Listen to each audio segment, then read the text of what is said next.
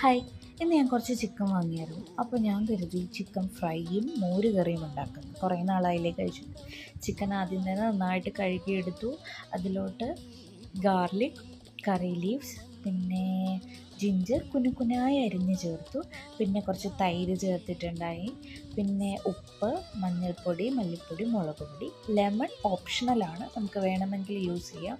Also കടലമാവ് also ഓപ്ഷണലാണ്. നമുക്ക് കുറച്ച് ക്രിസ്പിനെസ് വേണമെങ്കിൽ കടലമാവും കൂടെ യൂസ് ചെയ്യാം. പക്ഷേ ഞാൻ യൂസ് ചെയ്തിട്ടില്ല. എന്നിട്ട് കുറച്ച് കൊക്കനട്ട് ഓയിൽ ഒഴിച്ചു.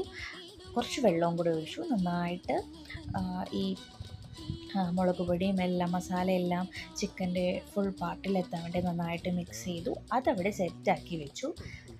എന്നിട്ട് ഞാൻ നേരെ വന്നത് മോര് കറി ഉണ്ടാക്കാനായിട്ടാണ്. മോര് കറി ഉണ്ടാക്കാനായിട്ട് ഞാനൊരു ജാറെടുത്തു. അതിലോട്ട് ഒരു 2, 3, 4 സ്പൂൺ കേട് ഒഴിച്ചു. എന്നിട്ട് ഞാൻ കുറച്ച് വെള്ളം ആഡ് ചെയ്തു, കുറച്ച് ഉപ്പ് ആഡ് ചെയ്തു, കുറച്ച് മഞ്ഞൾപ്പൊടി ഓൾസോ ആഡ് ചെയ്തു.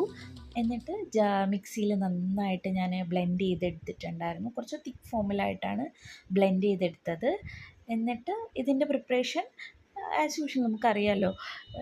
ചട്ടിയിൽ എണ്ണ, കടുക് വറുത്തിട്ട് മോര് കറി ഒഴിച്ചു ജസ്റ്റ് ചൂടാക്കിയെടുത്തു. മോര് കറി ഈസ് റെഡി. ദെൻ ഞാൻ പോയത് ചിക്കൻ ഫ്രൈയിലോട്ടാണ്. ചിക്കൻ ഫ്രൈ എണ്ണയിലിട്ട് ഫ്രൈ ചെയ്തെടുത്തു. എന്നിട്ട് ഞാൻ എൻ്റെ ലഞ്ചിലോട്ട് പോയി. കണ്ടല്ലോ.